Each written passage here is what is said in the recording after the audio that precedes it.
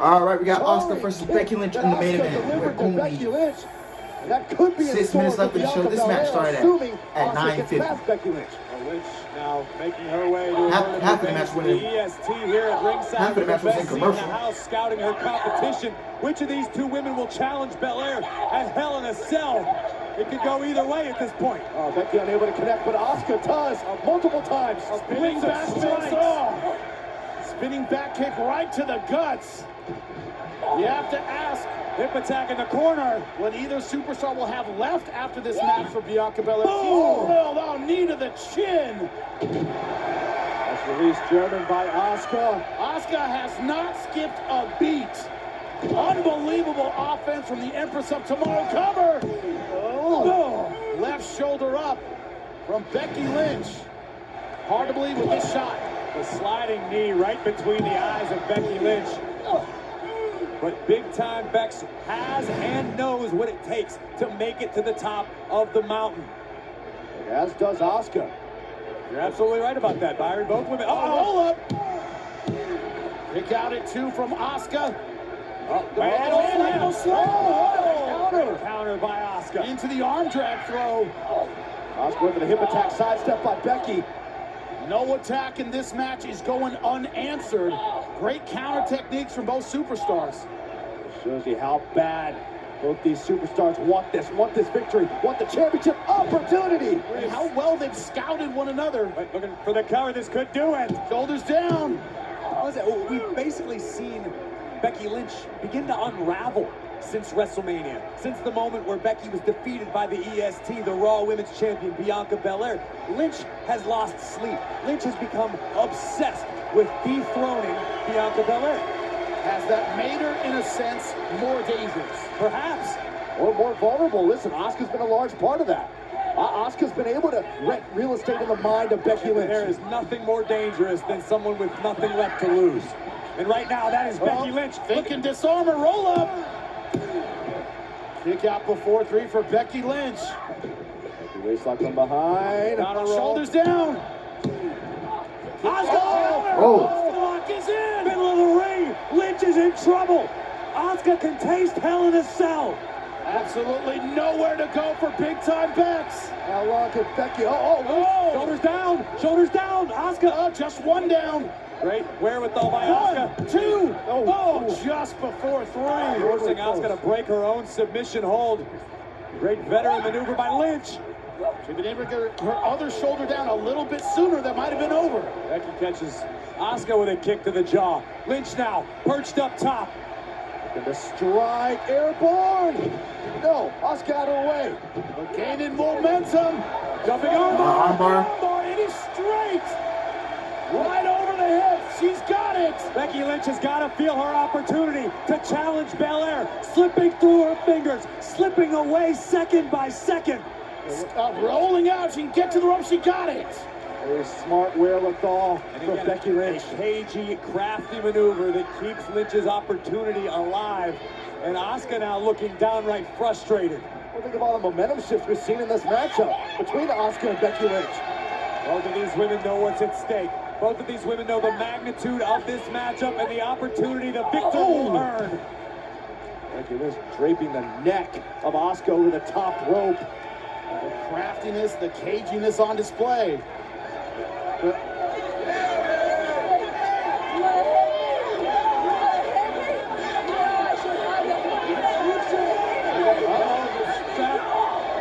strategy of Becky Lynch allowing herself to be distracted with Bianca, who, in Bianca's defense, hasn't done anything wrong out here. Just,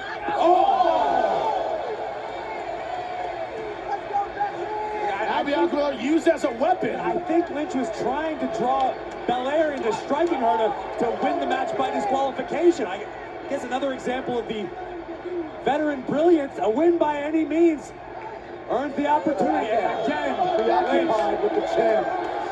Becky needs to focus on Asuka. She hasn't bit yet, but now very upset. Belair is irate, and Lynch down. That's Asuka's umbrella. Turn around, ref. Missed to the face. Shoulders down. 1, 2, 3. A win for Asuka. Here's your winner, Asuka! Becky's underhanded Asuka gets the win here. It looks like it would be. Literally blew up in her face. I'm not so sure how Asuka achieved victory was legal. But let's take a look at this. Lynch initiated the nefarious deeds. Asuka beat big-time Bex to the punch, followed with a lights-out buzzsaw kick. And Asuka has punched her ticket to Hell in a Cell, where the Empress of Tomorrow will collide with the EST of WWE for the richest prize in Raw's women's division. They're talking about the collapse of Becky Lynch. It is complete tonight. Simply put, Becky was not ready for Asuka. It is now official. Bianca Belair will defend the Raw Women's Championship against the Empress Asuka at Hell in a Cell. Be ready for hell. All right, it is Bianca Belair versus Asuka at Hell in a Cell.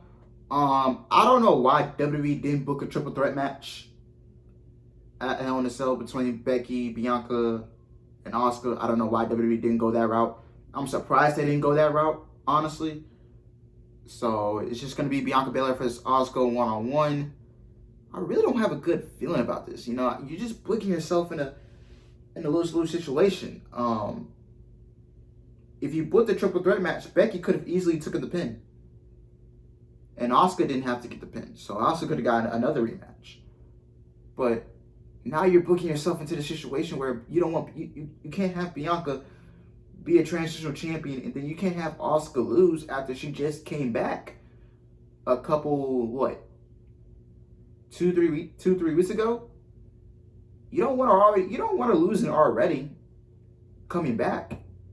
So this is kind of a lose-lose situation. So you're kind of booking yourself into a corner. So I wish they would have went with the triple threat match, so that way Becky could have eaten the pin.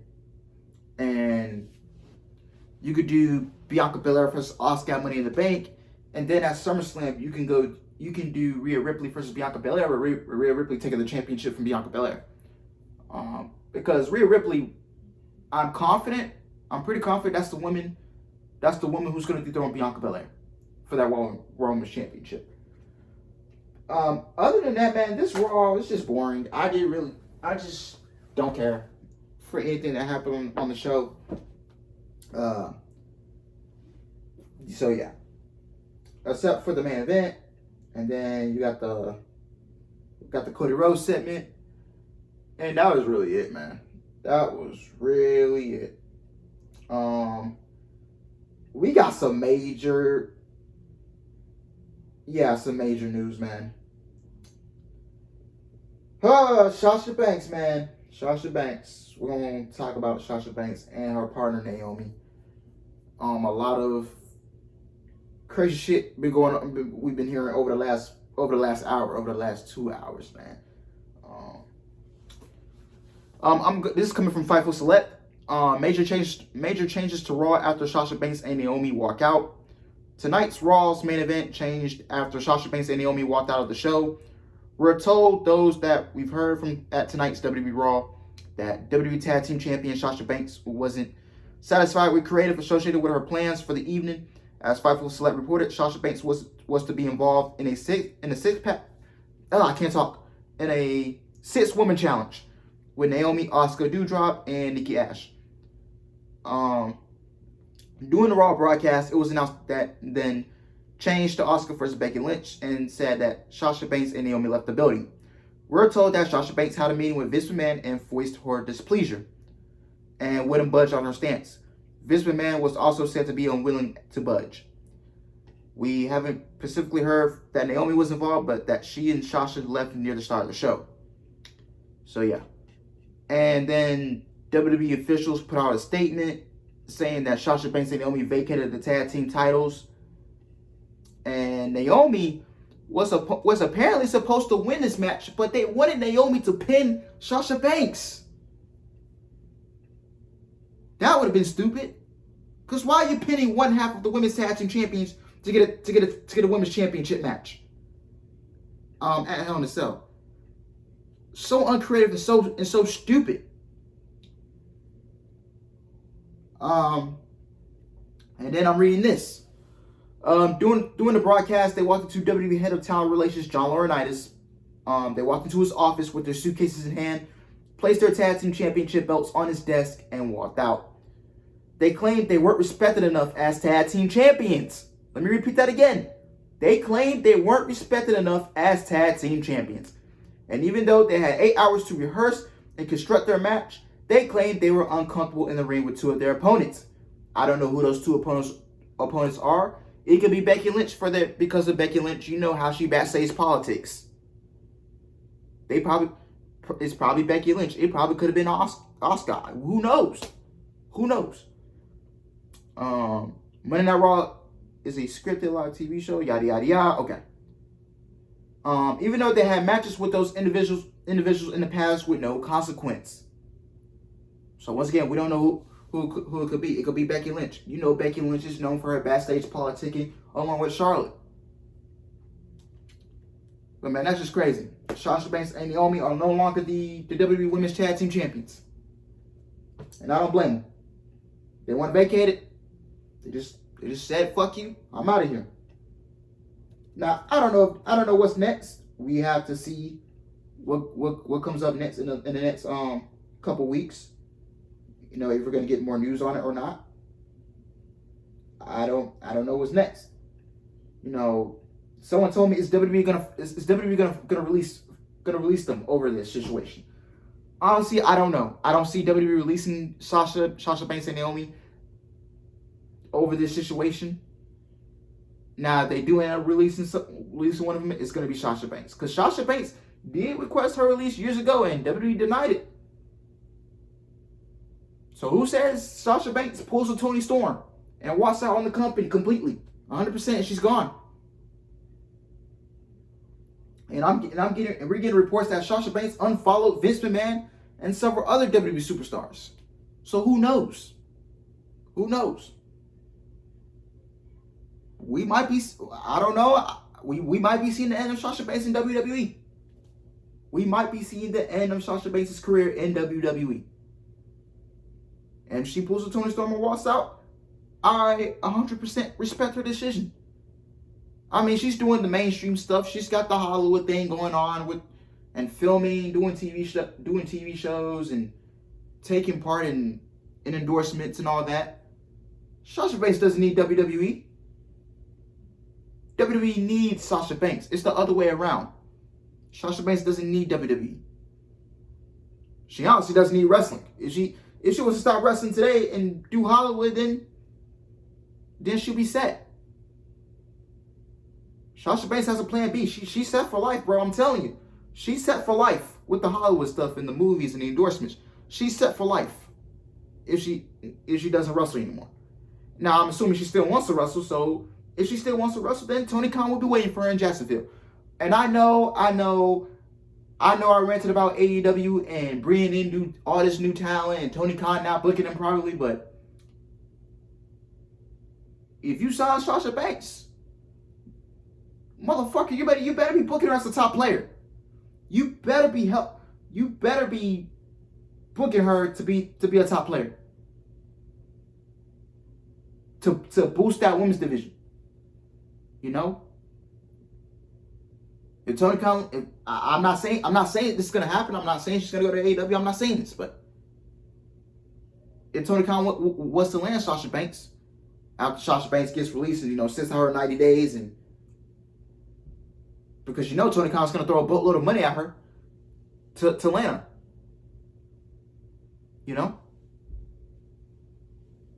If you're gonna bring Sasha Banks in, you better be booking her as a top player. You better be booking her as the number one female professional wrestler in this industry. No disrespect. I wouldn't even say she's number one. She's top 5 in the industry. My number one is Deonna Purrazzo. But if you're gonna sign Sasha Banks, man, you better be booking her as a top player. You better be booking her as a top player. Seriously. I don't want to be seeing her disappear on television for a couple weeks and then put her back on television when you finally have something for her. She can elevate that AEW women's division. She can elevate it. I'm telling you right now. We're possibly seeing the end of Sasha Banks in WWE. Who knows? But can you vision, Sasha Banks versus Britt Baker, Sasha Banks versus Thunder Rosa, Sasha Banks versus, I don't know, Jade Cargill, Sasha Banks versus Hikaru Shida, Sasha Banks versus Chris Statlander?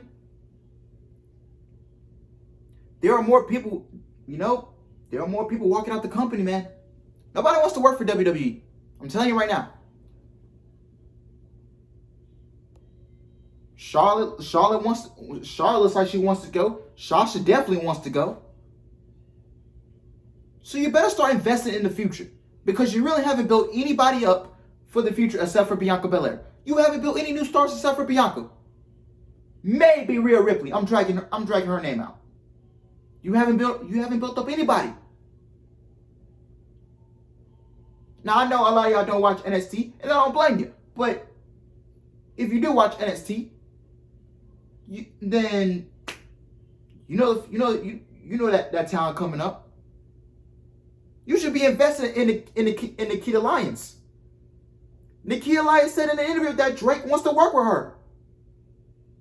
She literally said that Drake wants to work with Nikita Lyons. You better start investing in Nikita Lyons. You better start investing in Roxanne Perez. You better start investing in Toxic Attraction, like you've been doing for the past couple months. You better start investing in Ariana Grace. She has a lot of potential. Santino Marella, she has a lot of potential. I see her. I see potential in her. You better start investing in Cora Jade. You better start investing in these 5 women. You better. And I swear to God, if you bury Roxy, bro, I'm going to be legitimately pissed. I dare you to bury Roxy. I dare you to. Roxy is the future of your company. She's the future of your women's division. Motherfucker, you better start investing in them. Because we're seeing the end of Sasha Banks' career in WWE. I feel like we're seeing the end of Charlotte's career. She lost the passion for it. She don't want to be there.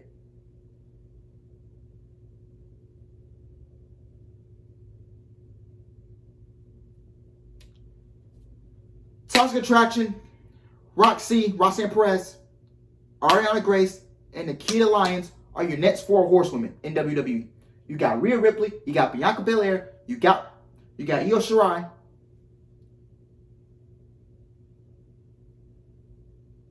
You better start investing in them, man. You better start investing in them. Wake up. You better start investing. Because if you don't, it's gonna hit you when it's too late. So you better start investing for your future. Who's gonna be carrying your company in the next 5 to 10 years? Because Sasha can't do it forever, Charlotte can't do it forever, Becky can't do it forever, and Bayley can't do it forever. You released Dakota Kai. And I respect Dakota Kai for standing up for herself. WWE offered her a contract extension. She didn't accept it, so WWE just decided to release her. Great. Now you'll be seeing her in Impact Wrestling putting on bands with Deonna Purrazzo, Giselle Shaw, Tenille Dashwood, Tasha Steelz, Jordan Grace, Mia Yim, you name them.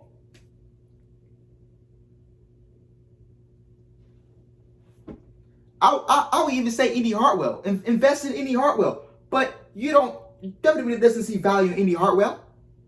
Indy Hartwell is dead. Ever since Johnny Gargano and Candice LeRae left WWE and Austin Theory went up to the main roster, Indy Hartwell has been dead. Dexter Lumis got released from WWE. Persia Pirotta is gone from the company. Who else?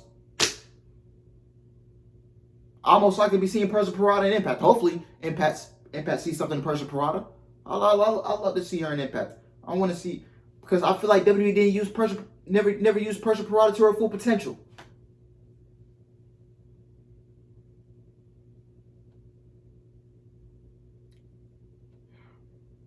You better get this shit together, man. Excuse my language. You better get it together, man. You better get it together. Because once Sasha's gone, once Charlotte's gone, once Becky's gone, once Bayley's gone, they don't want to do it full time anymore. They want to quit wrestling completely. Who are you going to look towards to? Who are you going to turn towards to? You better wake up quick, man. You got 20 days till you got a pay-per-view to build towards to. You better wake the fuck up, man. I'm telling you right now.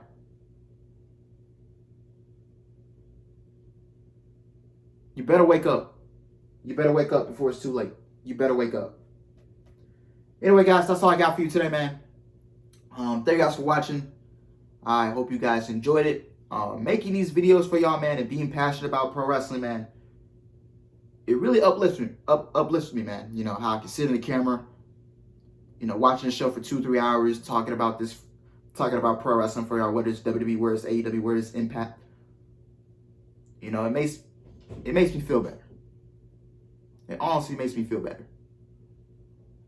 You know, I had a rough weekend. You know, the passing of Lil Key hit me. You know, I was a big fan of his music for 4 years.